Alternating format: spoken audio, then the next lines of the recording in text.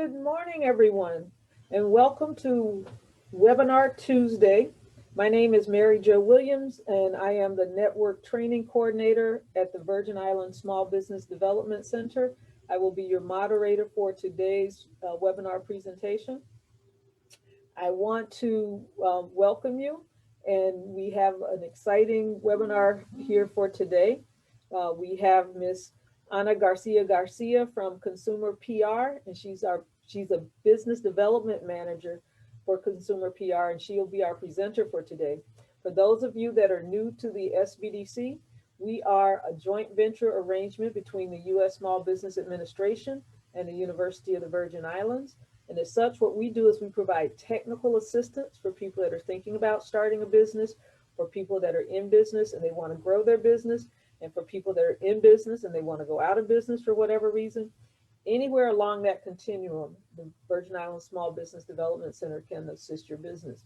We have an office in St. Croix at Estate Peters Rest, which services our St. Croix district. And we have an office at Niski Center, which services the St. Thomas, St. John district. And we are seeing people remotely. So we are not seeing people in our office. So you can call us, you can email us, or you can check us out on our webpage, and we will respond to you as soon as possible. Today's mini series is survival of your finances in times of pandemic. Today's topic is economic uncertainty, how to build sturdy credit and to increase your credit score. So without any further delay, I'll turn the presentation over to Ms. Ana Garcia. Ms. Garcia? Good morning to all. I'm so glad to be here with the magnificent team of the SBDC in the Virgin Islands. My name is Ana Garcia, as I have been introduced, and I work on consumer credit counseling. We have an office in Puerto Rico and another one in Orlando, Florida. So without more delay, I'm going to start with the presentation, and I'm not sure if Mary wants to tell about any logistics, or do you want me just to start? Yes, I'll tell about the logistics. We can have everybody put your questions in the chat, and we will entertain those as we go along. If it turns out that there are a lot more questions, then we will let Ms. Garcia finish her presentation, and then we'll entertain the questions at the end. But for right now, go ahead and put them in the chat, and we will entertain them as we go. We will also put a copy of the presentation in the chat towards the end of the presentation, so you can download that for your records. And without any further delay, Ms. Garcia. Okay, so good morning again. Today we'll be talking about how to build a sturdy credit, and in this economic uncertainty that we are all living right now, not only because of the pandemic, but because of the declining economy, many of our economic governments, we've been struggling for a long time, at least in Puerto Rico. So it is very important to have and build sturdy credit, and to keep it specifically at this time of a pandemic or any other things we've been going through, like hurricanes and all that, that I know you're all very well aware of. So we're going to have, this is kind of the agenda we're going to be covering. Of course, we can move from one topic to another as you deem necessary. And this is kind of what we're going to be covering, which is how and where and when to separate your personal and business credit. And we're going to cover the difference between personal and business. We're going to be talking a little bit about which are the reporting services bureaus, and then we'll get to credit scores, both personal and businesses, and why do we need business credit. And then we'll talk a little bit about 6 ways to establish business credit, as well as how to get a business credit card and why. And when personal and business credit mix. I have here with me, I'm going to interrupt for a second. I have here with me our president and CEO, Mr. Eugenio Alonso. He'll be with you in a second. Aquí está, ya. Hello, welcome to this workshop and seminar. Hopefully, next one or next year we'll be doing this in presence, one-on-one. So welcome again in consumer. We serve all Puerto Rico, the state of Florida, as well as the U.S. Virgin Islands. So be our guest, spread the word with your peers, with your family that we're here to serve 24/7, even with COVID or without COVID. So once again, welcome to Consumer Credit Counseling in Florida. Our branch in all Central Florida is Florida Consumer. So once again, this is your workshop. Please participate in it, be part of it with questions and whatever you need. Please call us. We're here to serve, okay? Thanks a lot. Welcome. Thank you, Eugenio. So we'll get to the presentation. As you all know, and maybe you've experienced before, trying to separate your personal and your business finances and credit can be very tricky many times, specifically when you are the business.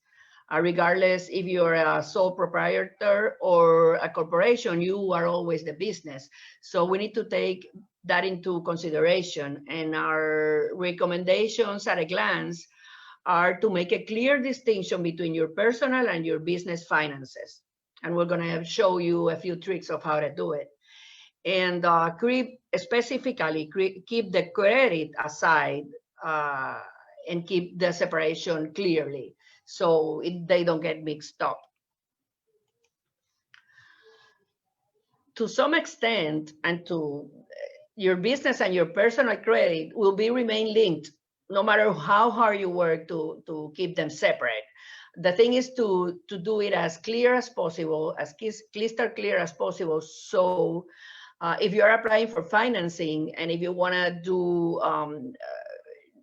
arrangements, new things in your business, and you can qualify for anything you want to do.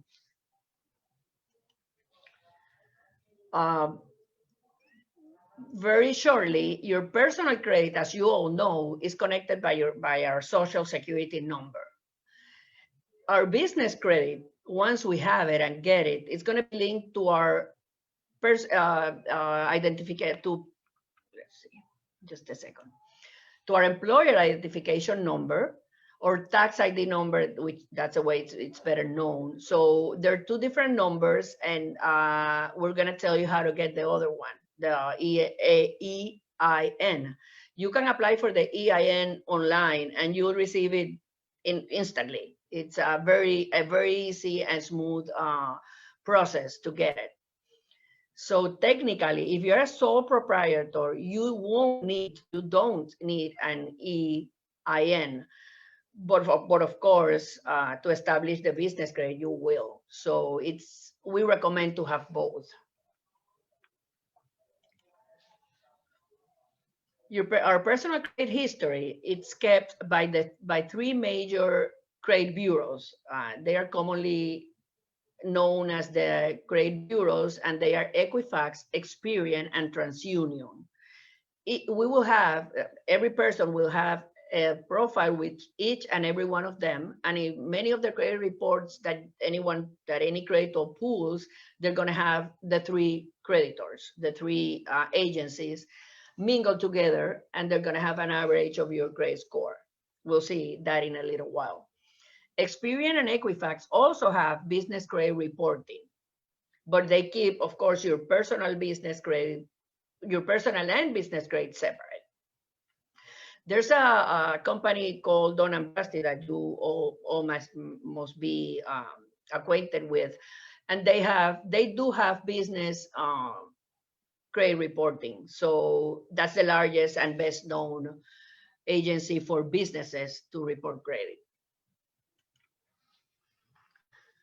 Once a year, you're entitled to a free credit report to a free personal credit report. With the pandemic, they made regulations to do it once a month because there's many people struggling with their finances. So if you want to make sure how you're doing, or if you have any arrangement that you have made with any of your creditors, you can pull out your credit report once a month during the pandemic, which one report with each of the agencies. And there's the information you'll be receiving this presentation, so you have it in written. There's the information of where to call, where are the websites, and where you should go to get that free credit report. We strongly recommend for everyone to have at least once a year your credit report pulled. By pulling this credit report with the repository or credit report agencies, your credit score won't be affected. That's a service they do as per the Fair Credit Reporting Act. So you won't be affected. Your credit report won't be affected negatively by pulling out a credit report, and you are entitled to one from each of the agencies. Your credit report, your credit score, your personal credit score, it's many times summarized in one single digit number, which is commonly called the FICO. There's no equivalent for businesses. So each commercial credit bureau scores and reports on their own way. They'll tell you why you are a good creditor or not. But in the personal credit report, you'll have the FICO, which is the way we commonly know our credit score. This is kind of what we commonly know as the FICO credit score range. Of course, 760 to 850, it's an excellent credit, and so on and so forth. When you have 620, it's a regular credit, and many creditors need at least 620 in order to give you credit. Of course, if you have a lower credit score, there's always an answer for that, and you can work it out. But this is kind of the range creditors use to know if you're going to be a good person to give credit to or not. This is all personal credit score, and this is more or less how the credit score is composed of. The biggest chunk, it's of course how you pay. It's a 35% of your score is the way you pay as accepted and as expected.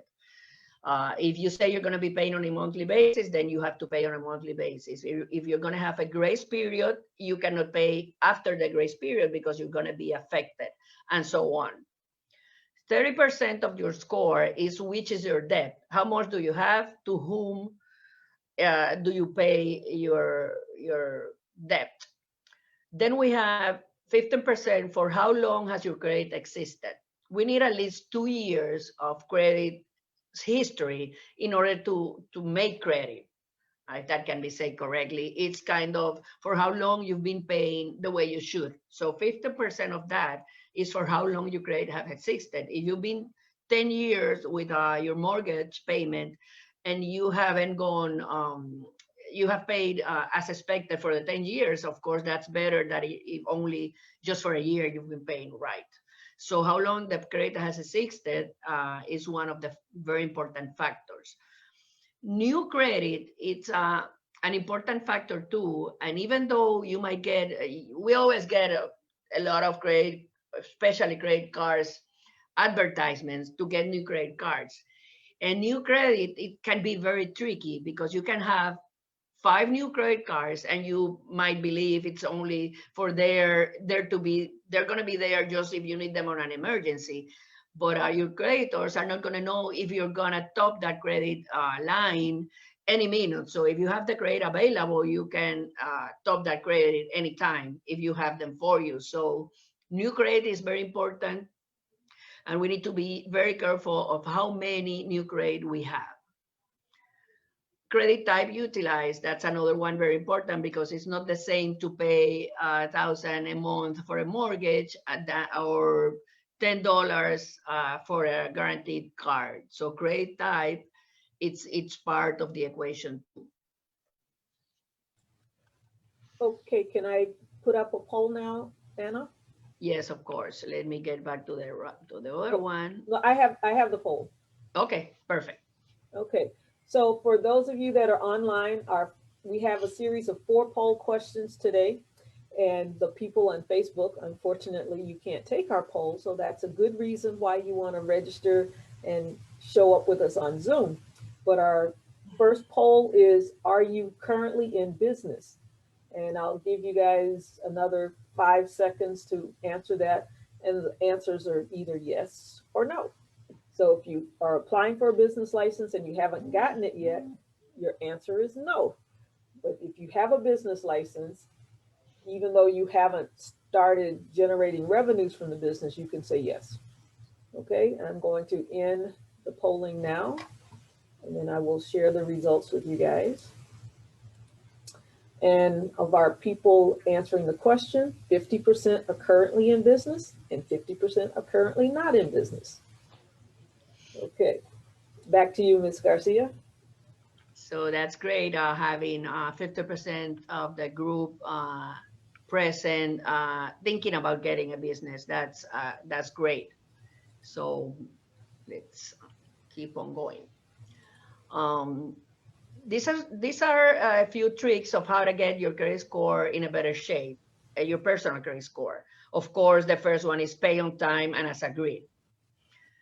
You should minimize your balance, but not cancel your credit line, even if it has a 0 balance. This is a question that comes up very often in our seminars or webinars, because many people think that if you are going to have a 0 balance account, it's better to close it, not to have it or close it, which is not necessarily true as to your credit score.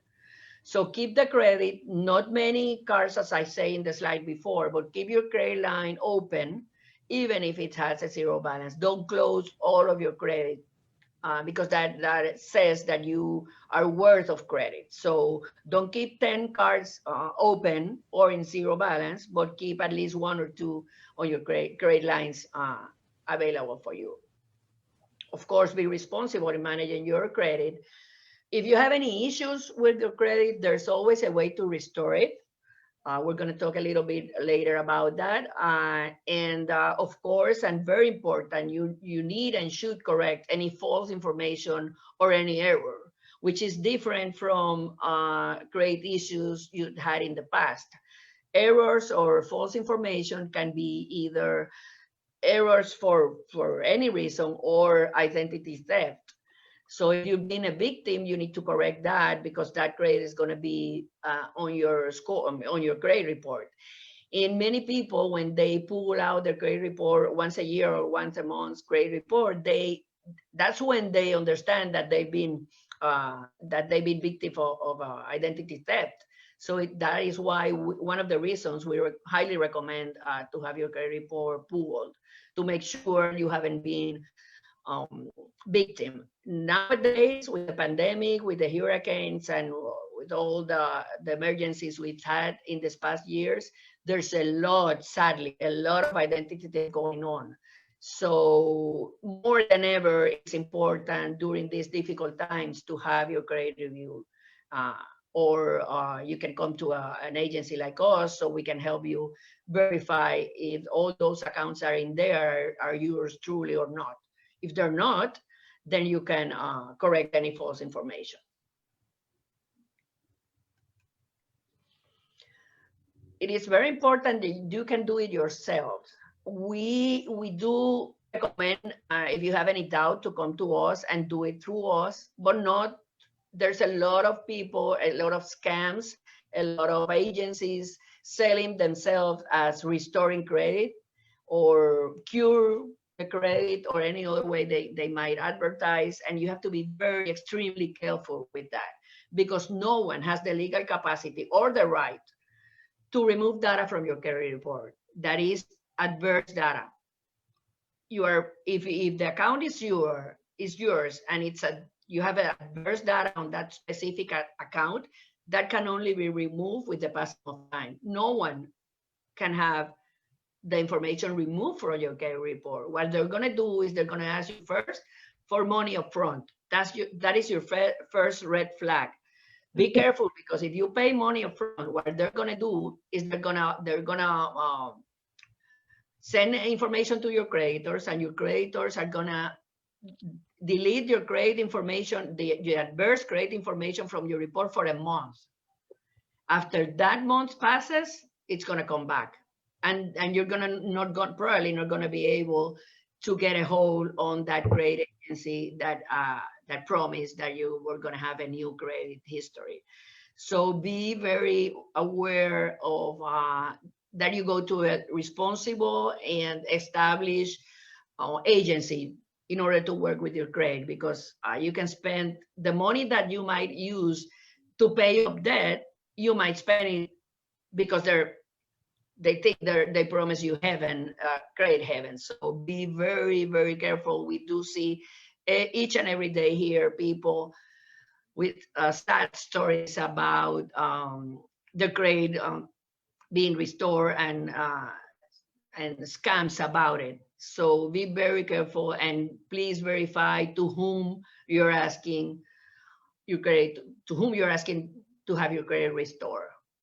The Fair Credit Reporting Act gives the consumers, as I told before, the right to have error or mistakes without any cost. So if we're gonna, for example, help you remove errors or mistakes which are not yours, it doesn't cost a cent.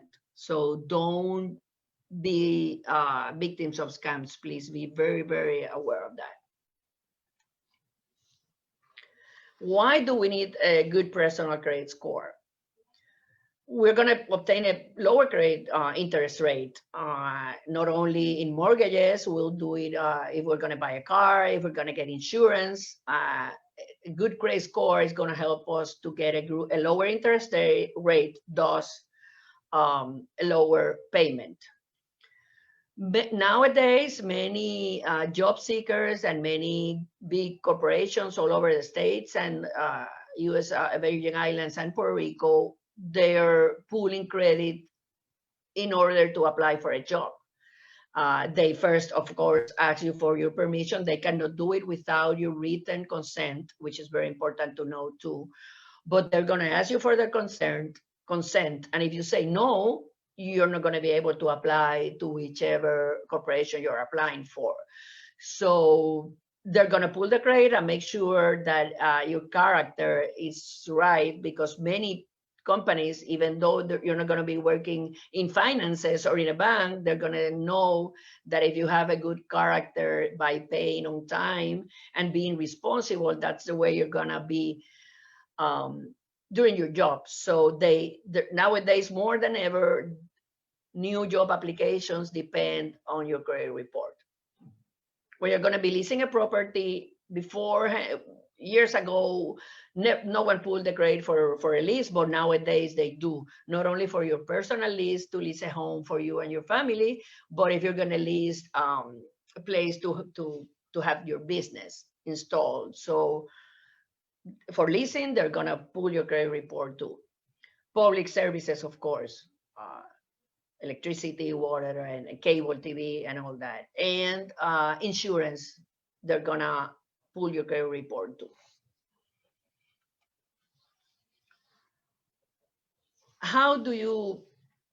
There's a few things that you can do at a glance, at a bigger glance, to have a good credit report, a credit score. You can open a bank account, because your bank account tells a lot about how you behave, how much money goes into the bank account, which are your expenses, and how often which is your balance, your average balance. So your bank account is like a picture of how you behave money-wise. So that's one of the things you need to do, and make sure everything goes right and you don't have NSF checks, not sufficient funds checks. Of course, pay on time all your obligations. You can get a guaranteed loan guaranteed by you for 401k savings or any other savings. But the 401k is one of the most preferred, because that money you cannot, or you will not get out until you are ready to retire. Or you can get a guaranteed credit card. You put into the bank $100 and they give you credit guaranteed by those that $100, and you can use it and pay it, and that way you'll be creating new credit, so you know, so the creditors know how you pay, and in a while they'll get the guarantee out. This slide right here, it's one of the main questions we always get in these seminars or webinars. For how long will adverse information will stay in your credit report?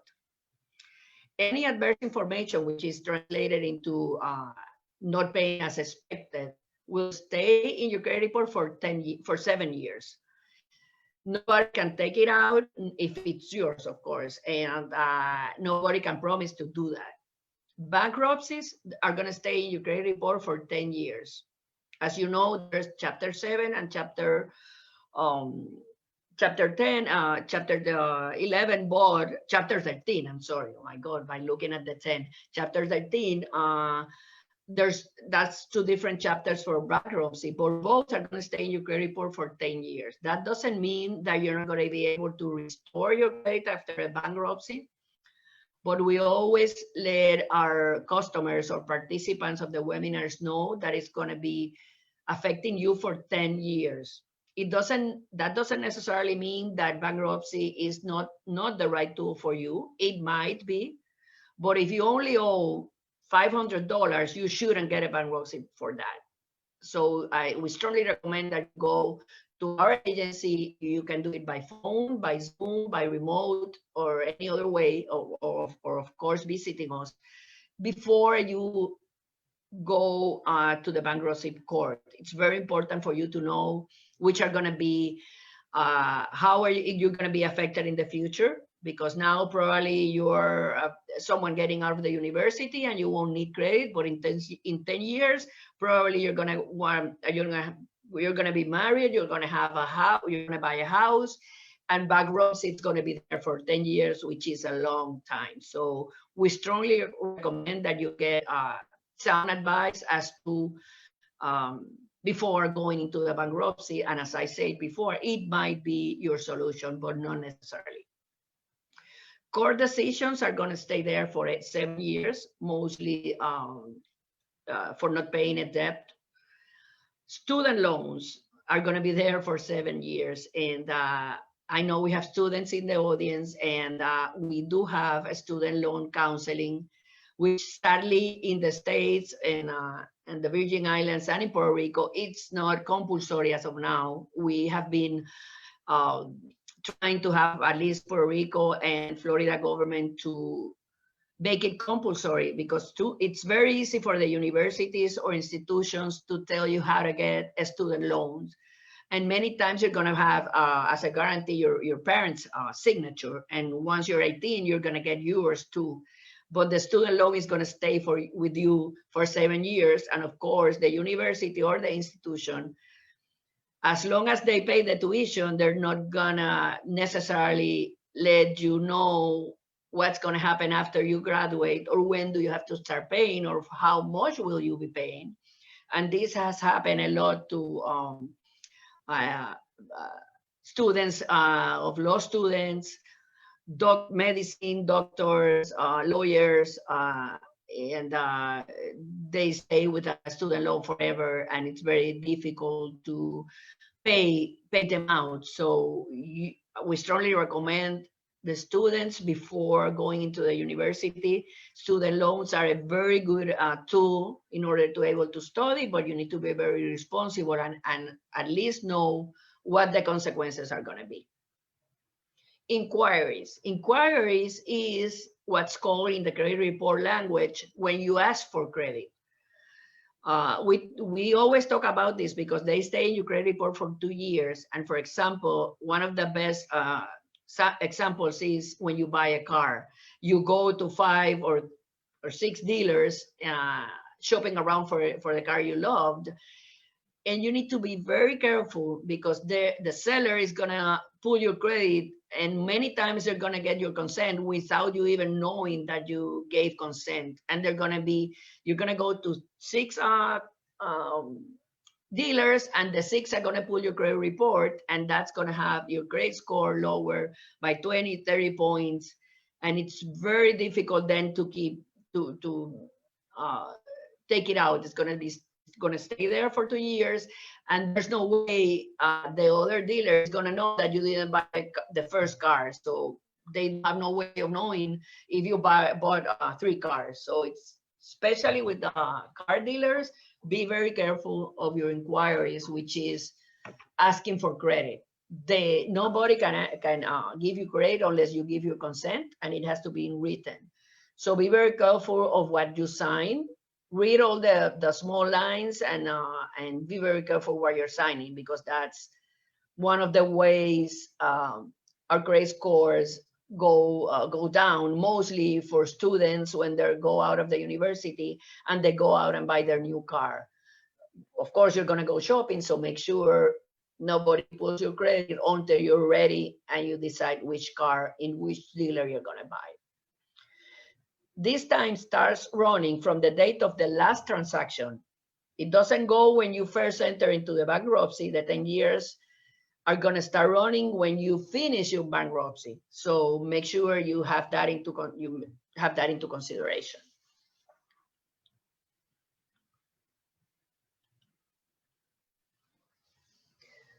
For business scores are a lot simpler, and your scoring is going to be which way you pay your bills, how much debt the business is carrying, and what type of business you're in. For example, if you are a retail store, you're going to need to buy inventory probably every month, different than if you are a big service company that and you only have personnel providing services, as we do, for example. It's going to be, so the type of industry is going to affect how you get and when and how they're going to be scoring your business. Business scores as I told you before, are easier to are easier to improve for that same thing than the scores for individuals. Okay, can we do a next poll question? Yes, let's go to it. Let's go to it. All righty. Are you planning to start a business? Yes or no? And I guess for the people that aren't in business, that's more or less a question for you.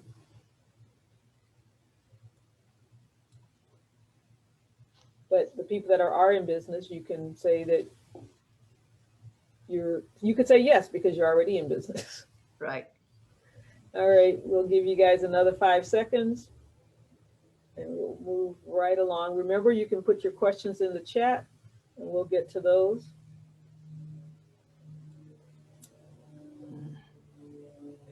Okay, we're going to end the polling now.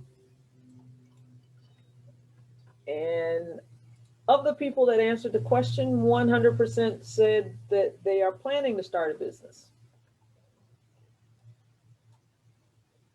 So I guess that may be our 100% of our 50% that we're not in business. Right.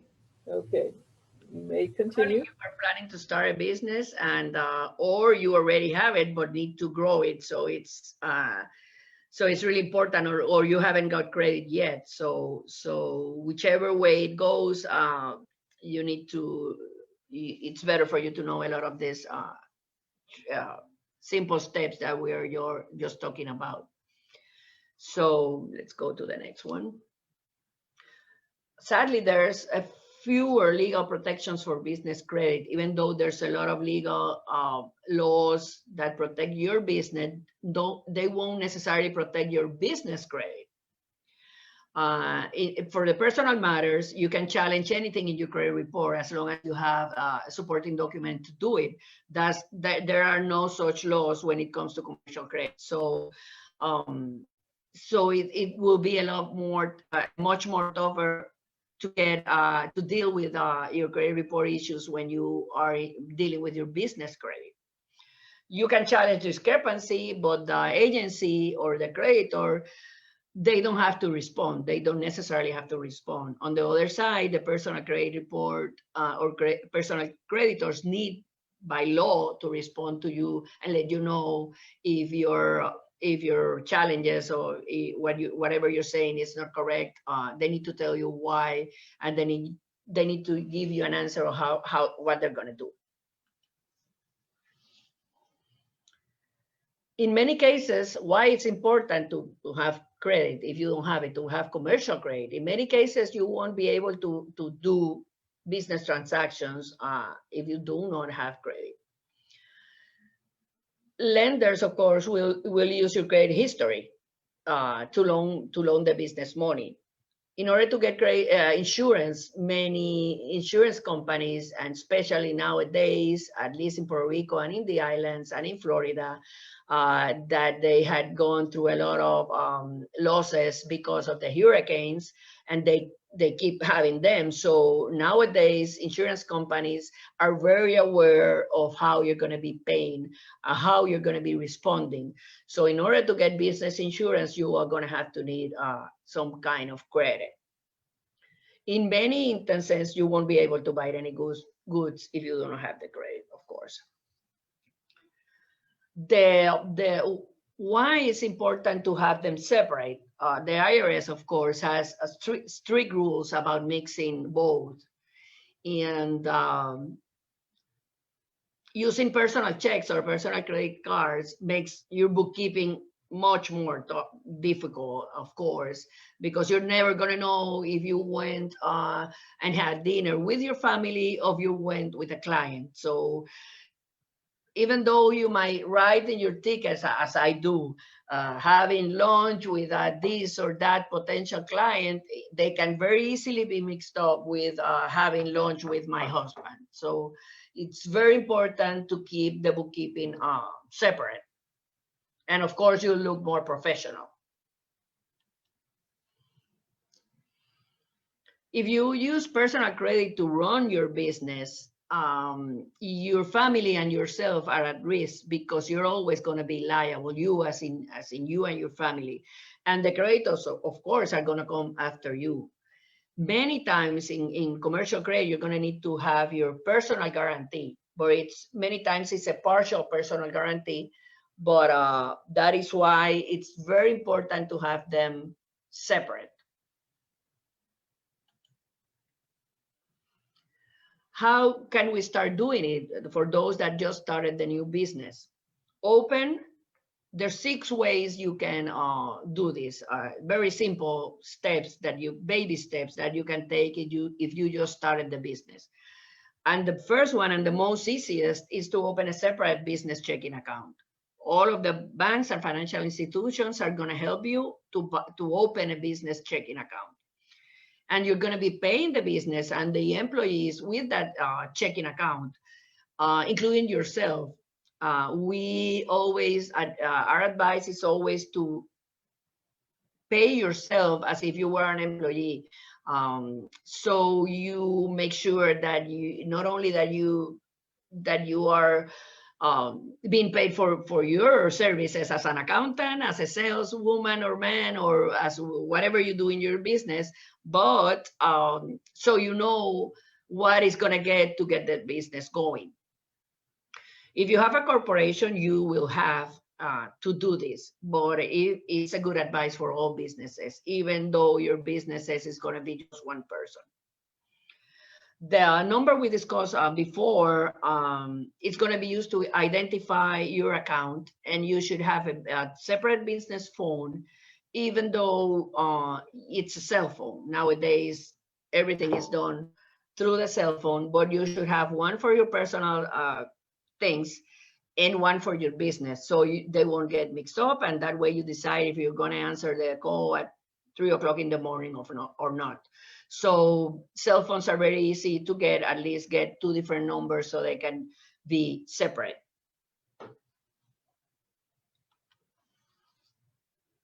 Applying for and using a business card. If you apply and you get a business card, please pay business expenses with that card, not with your own personal card. That it's going to be tracking is going to be much easier, as we talked before, and it's going to help build your credit as you use it and pay it off. That's the first baby step in order for for the future to open or to ask for a loan for your business. If you had a business credit card before, then the creditor for the loan are going to look at the way you pay the card, which is easier and smaller payments that your business loan is going to have. If you cannot, if they're not going to give you, or you cannot apply immediately for a business card, you can get a secure card back with your own money, but at least that way you start creating your own credit, your own business credit, using it and paying it, using it and paying it. Of course, that has to be it's very important to keep an eye on how you use it and pay it.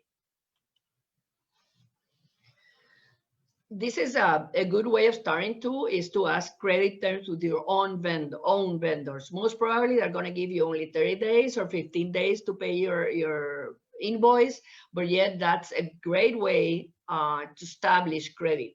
Even though if it's small and the time frame is short, as I just said, 15 days, it's good to have the merchandise or the services for 15 days before you have to pay it off. So ask your vendors for credit, and most are going to help you with that.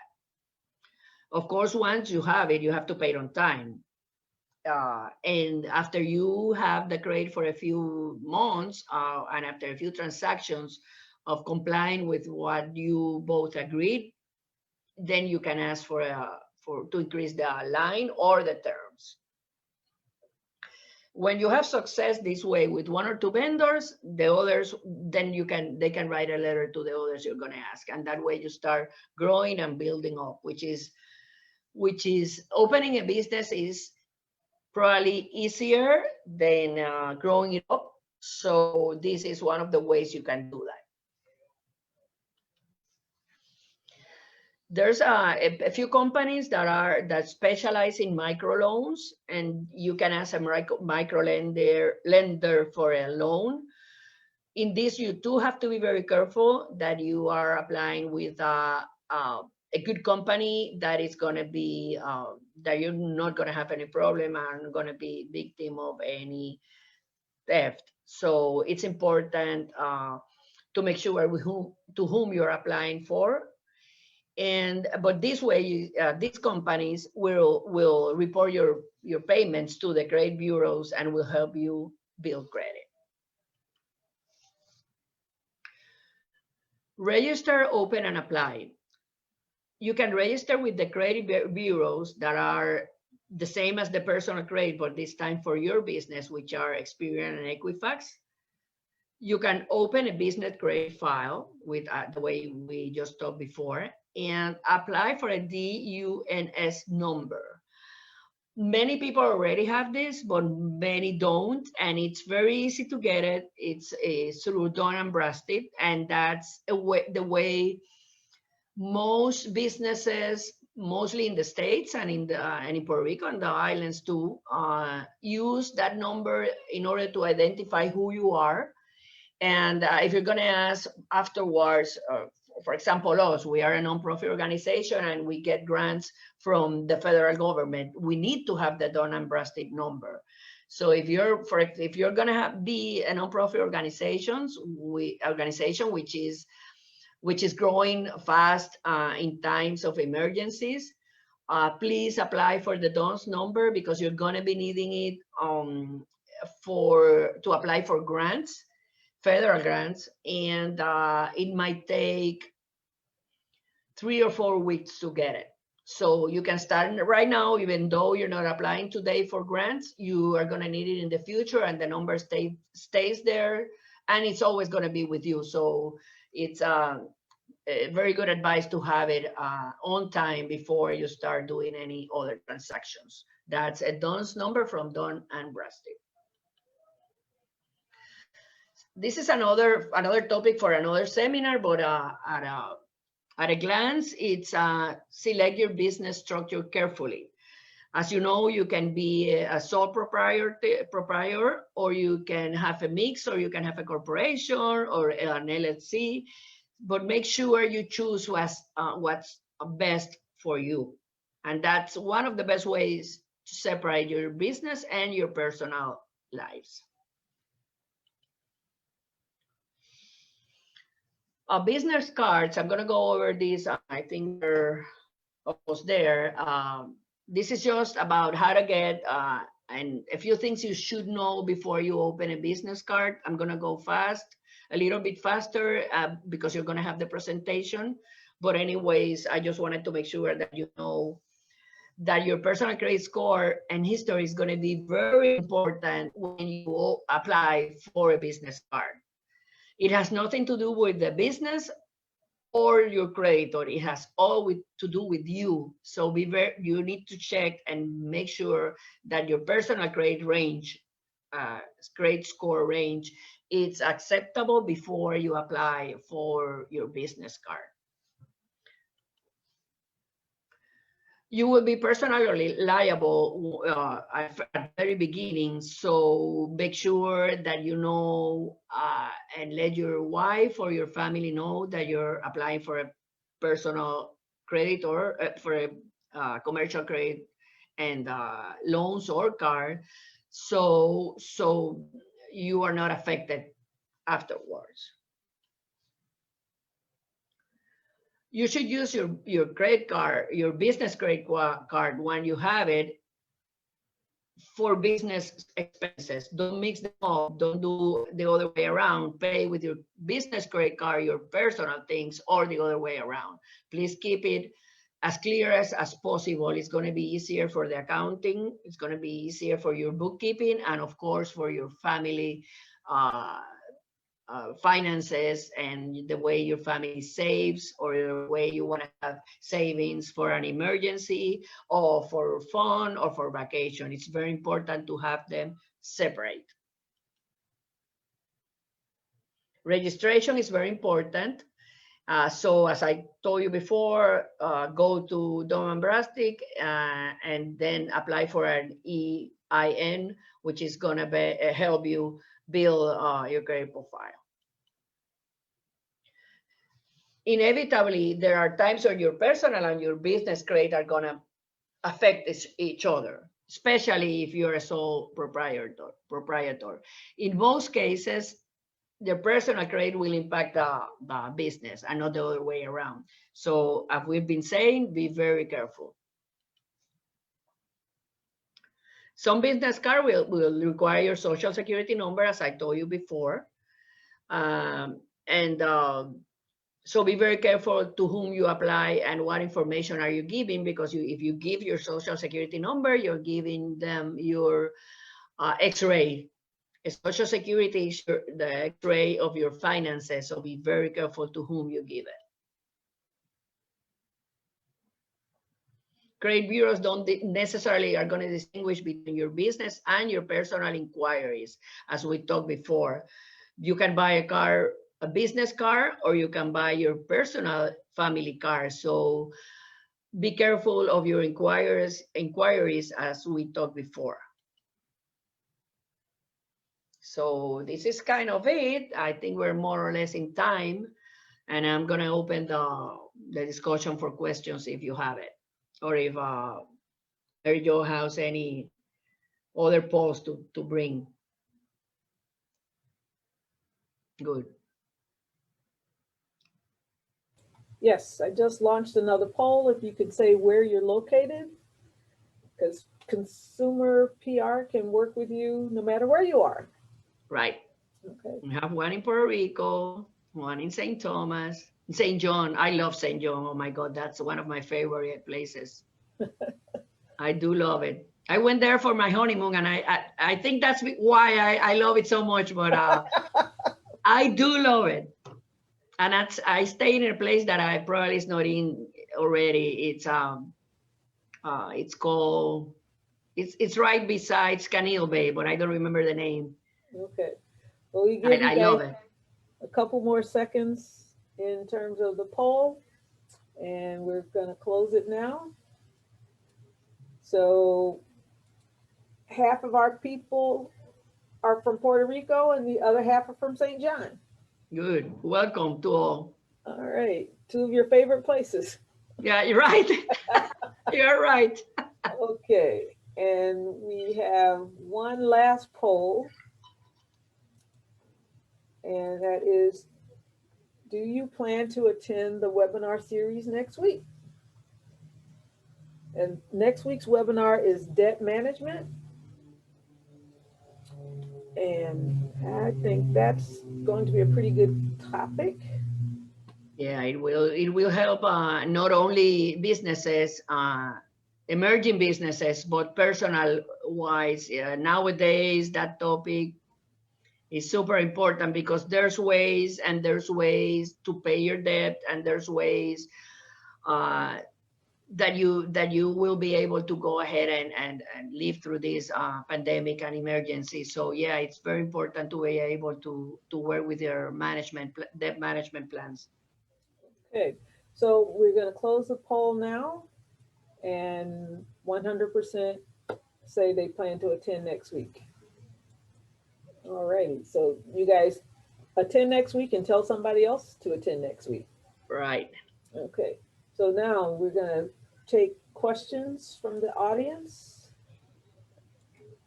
And if you would like, you guys can unmute your mic and ask your question.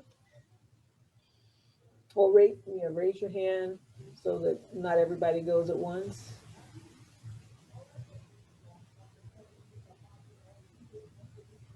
Okay, well, while they're coming up with questions. Now, to create credit, how long do you need to have an account open? In order to create credit, you need, I'm sorry. Yeah, for it to count towards your credit report. Okay, credit history, in order to create credit history, you're gonna need at least 2 years of credit history, of paying the way you agreed to pay. So you will need at least 2 years. It doesn't mean that in the first year, people or creditors are not gonna see your credit and make sure and see how you've been paying. But in order to make history, you need 2 years.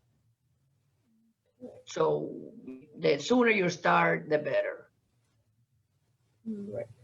Now, is it okay to give a minor a credit card that's on my account? It is, and that's the way a lot of students go by at the universities, especially if they're not in their hometown. You need to make sure they understand what's happening, and it has happened in the past, and mostly with when the cellulars first started, that we didn't have an account that with a fixed payment. The cellulars before when they started, they charge you by the transactions, and many parents were had a very tough time with their cell phones invoices. So yes, it's okay to do it, but you need to make sure your son or daughter understand that you are going to be the responsible person for the account, and that it's going to be used for emergencies, not to go shopping. And that helps the other card holder to build their credit? Not if it's a minor, it's not going to build credit. Okay. If once they're 18, they can open a credit account, and what you can do is you guarantee it with your socials, with your savings, or with your 401k, so the card is under the student or your son or daughter's name, and that way they can start build credit. Okay. So you can like co-sign a small loan for them and let them pay it off. Right, or guaranteed. Yes. Okay, great. All right. Question. If you have a bill and the creditor does what they call a charge off, how does that affect your credit?